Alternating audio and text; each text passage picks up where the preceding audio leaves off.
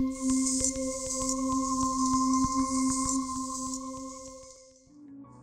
everyone, I'm Ani Baker and I'm back with another episode of Around the World in 2020.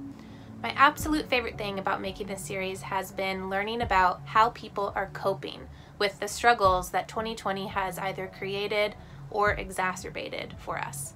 The more that I talk to people about how this lockdown and the social unrest and just the general shit show that is 2020 has impacted them, the more I am blown away and just deeply heartened by the resilience of the human spirit. That resilience is on full display in this episode I'm about to show you with a young man named Salvador in South Juárez, Mexico. He shares with me how the time and the perspective that the lockdown has provided us encouraged him to really think about his life and his work and his pursuit of real happiness. And that pondering actually led him to quit his job at Facebook because he finally acknowledged that it wasn't making him happy. And he has now embarked on passion projects that had fallen by the wayside before, and he's identified that a core desire of his is to tell stories. And you'll hear examples of his knack for storytelling throughout the episode, especially when he talks about the importance of middle points and transitions and why that importance makes lockdown so tricky for people. You'll see what I mean. And you also will get to hear how he talks about his relationship with his younger sister and their weekly anime nights that he carefully prioritizes. You've just got to hear him talk about her. It's so beautiful. And he also shares how the practice of following our emotions through to their conclusion, as uncomfortable as they are, is actually a path back to happiness, which I love. And in turn, I shared with him an emotional management technique that has helped me daily ever since I received it, and I've certainly used it a lot more this year, and I hope that it helps you too. I am so happy to bring you this conversation with episode 8 of Around the World in 2020, South Juárez, Mexico. So tell me a little bit about your president and how he's handling this, and tell me about the support, if any, that's been offered to you by your government. Well, the funny thing about the president is that I don't feel like he has done enough about it. The one that has been doing more is the Secretary of Public Health. He has been the one that has been telling everybody how things are going, how to handle things. He has been the one that every week has come out and say, don't do this, don't do that. Okay. The peak of the virus is going to be next week. The problem is that it has been the peak of the virus every week. Because people keep not following the restrictions. And at first, the president wasn't doing a lot. Actually, he was encouraging people to keep inviting people over. Like, don't. Yeah, exactly. What was his reasoning for that? What was he saying? Well, at first, he didn't want to close the borders. Interesting. Let me look at what I read. It was saying Mexico closed its borders to us specifically to discourage travel on 4th of July because we have the most COVID cases, and you guys are reasonably wanting to protect yourselves from us. Although now that you mention it, the border was actually kind of empty. Interesting. What about schools? Did schools shut down right away? Yeah, definitely. Those were the first ones to close. Okay. Actually, my mom's school, because my mom is a teacher, closed before the actual lockdown began, because there was another virus going on. It was a bird flu, I think. Oh, wow. 2 weeks before the lockdown. Wow. Well, tell me first, what was your daily life like before lockdown? I went to my work every day from 10 to 6. Fridays, I have this policy. I gotta get home before 12 because on Saturdays is anime night with my sister. Aw, that's so sweet. Yeah, so every Saturday we go to the living room and connect our Chromecast to the TV and stream some anime there. Did you fully comprehend what was going on at first? I sure did not. Well, I have been on the news of the COVID case since it came out in China. You were one of those. I have a friend like you who was like, yeah, we've been watching this for a while.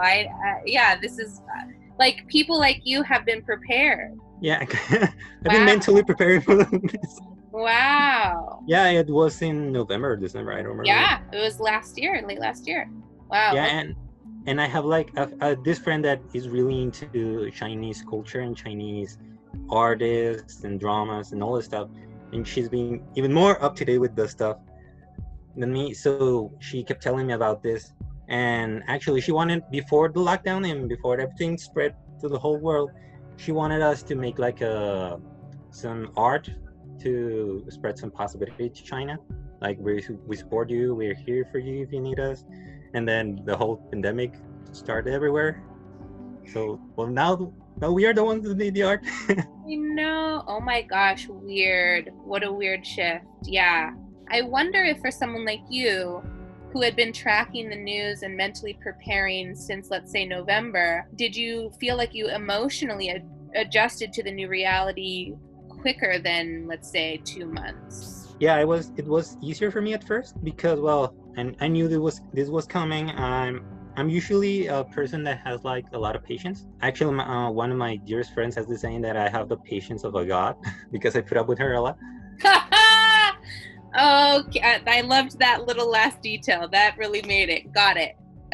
Cute. All And so I didn't struggle a lot. You were logical about it. Yeah. Yeah. Well, that was at first. Okay. All right.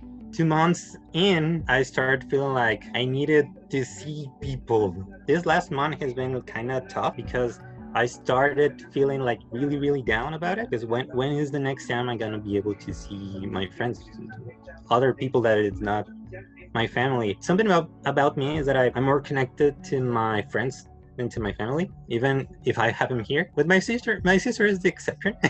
Are you Actually, guys she's close in age? no. How old are you and how old is she? I'm 27. She's 15. Oh, that's so sweet. Thanks.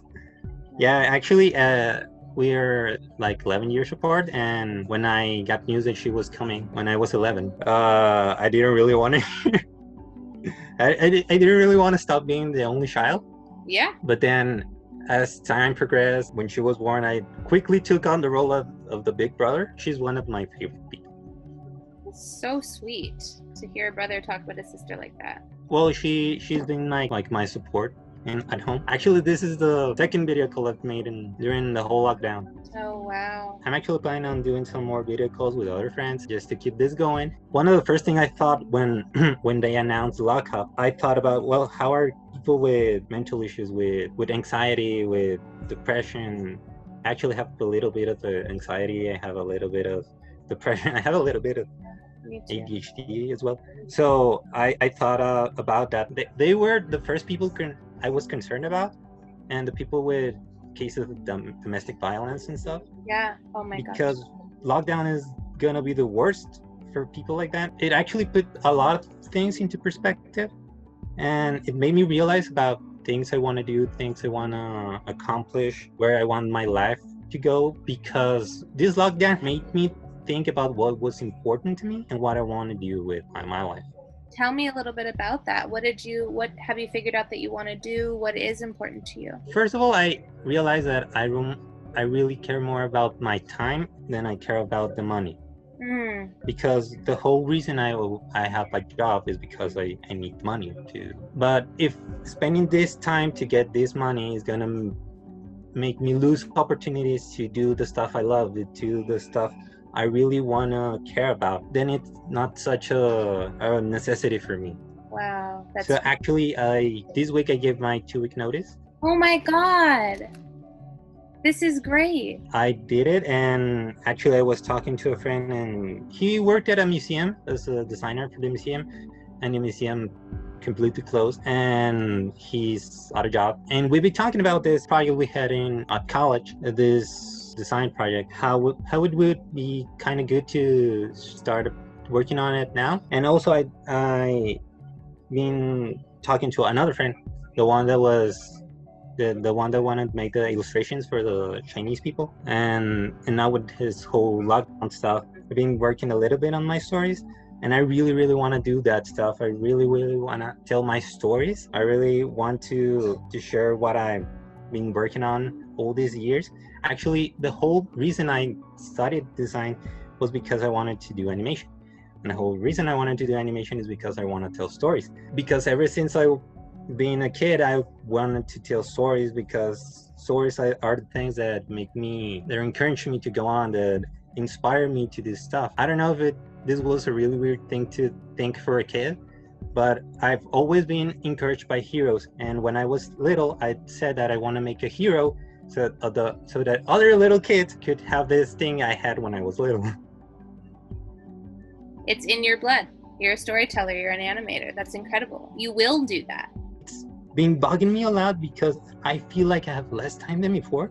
I think it has something to do with like inertia, because I get up, I go to work, I return, have like this energy flow going, and now I wake up, I get to work because it's already here, it's on my computer, and I finish work, and well, I never really leave my room. I stay here like 10 hours. It probably just feels so different because like it really helps to split up your day by going to do your work in a separate space than you're in when you're relaxing from your work. So I think like when it all blends together because you're doing it all from the same space, your relaxed time probably feels less concrete and almost like less effective because it's also just like bleeding through into the rest of the day. And then when it's over, you're just kind of still home. Ever since I was little, I have this thought of that middle points are important and transitions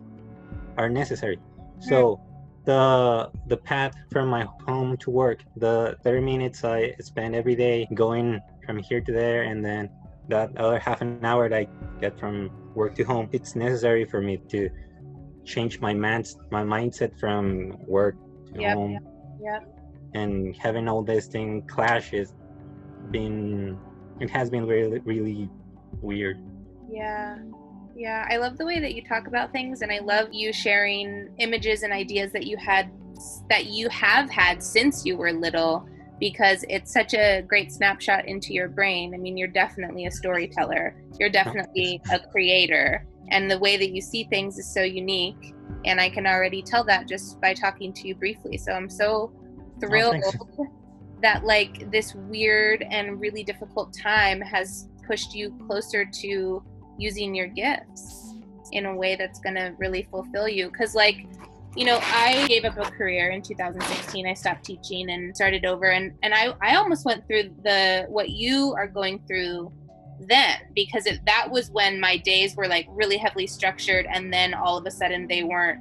And it was like, you feel like you should have the opportunity to get a lot more done because now you have endless time. And I know you're still working from home, so it's a little different. But then when you sort of like don't accomplish like every single thing right away, or in a reasonable amount of time even, you're like, wow, I guess I don't have as much time as I thought. I don't know. I think our concept of what that's going to be is very different than the reality of what having more time is. So tell me about unemployment. Is there some sort of stimulus package for you from your government?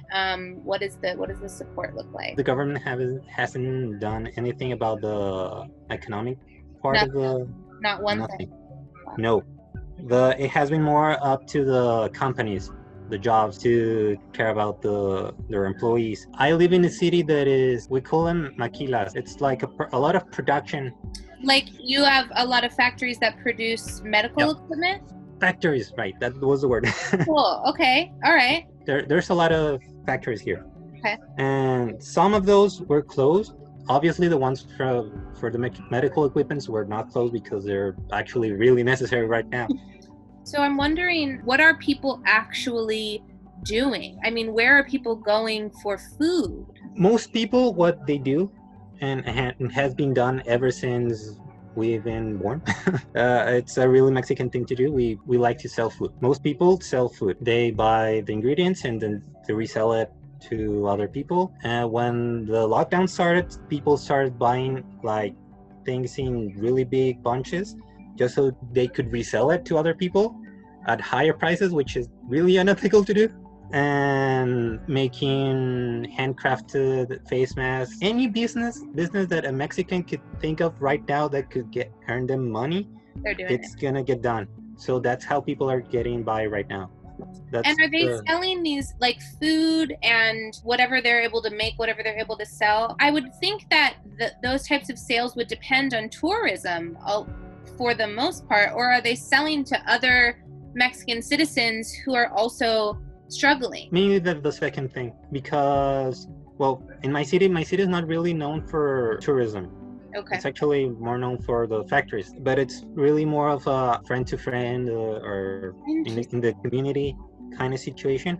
Like, yeah, I'm selling this stuff. Would you want to buy some stuff? So tell me a little bit about that shift in focus. So that's so interesting. We also experienced a shift in focus. We were all obsessed with COVID, and it took up our daily existence and all of our energy and time. And then George Floyd was murdered on camera on May 25th. Yep. And we took to the streets, and I know you're familiar with what's been going on, and it became a global conversation and a global push toward activism, toward defunding crooked policing systems. We really realized here in America how much of like a police state we are, and it's gotten really, really scary. And it's also been really hopeful and full of energy and forward motion. And it's shown a spotlight on specifically the worst type of racism that goes on here, and then also just racism as a whole, because it happens everywhere and it's disgusting. So how did that conversation translate to where you are? Well, it went out different ways, because when we got news about what happened with Floyd, people were well, the first thing people do is make memes, obviously, and the one that was most abundant was the one that said, well, at least in Mexico, cops hit you even if you're white or black.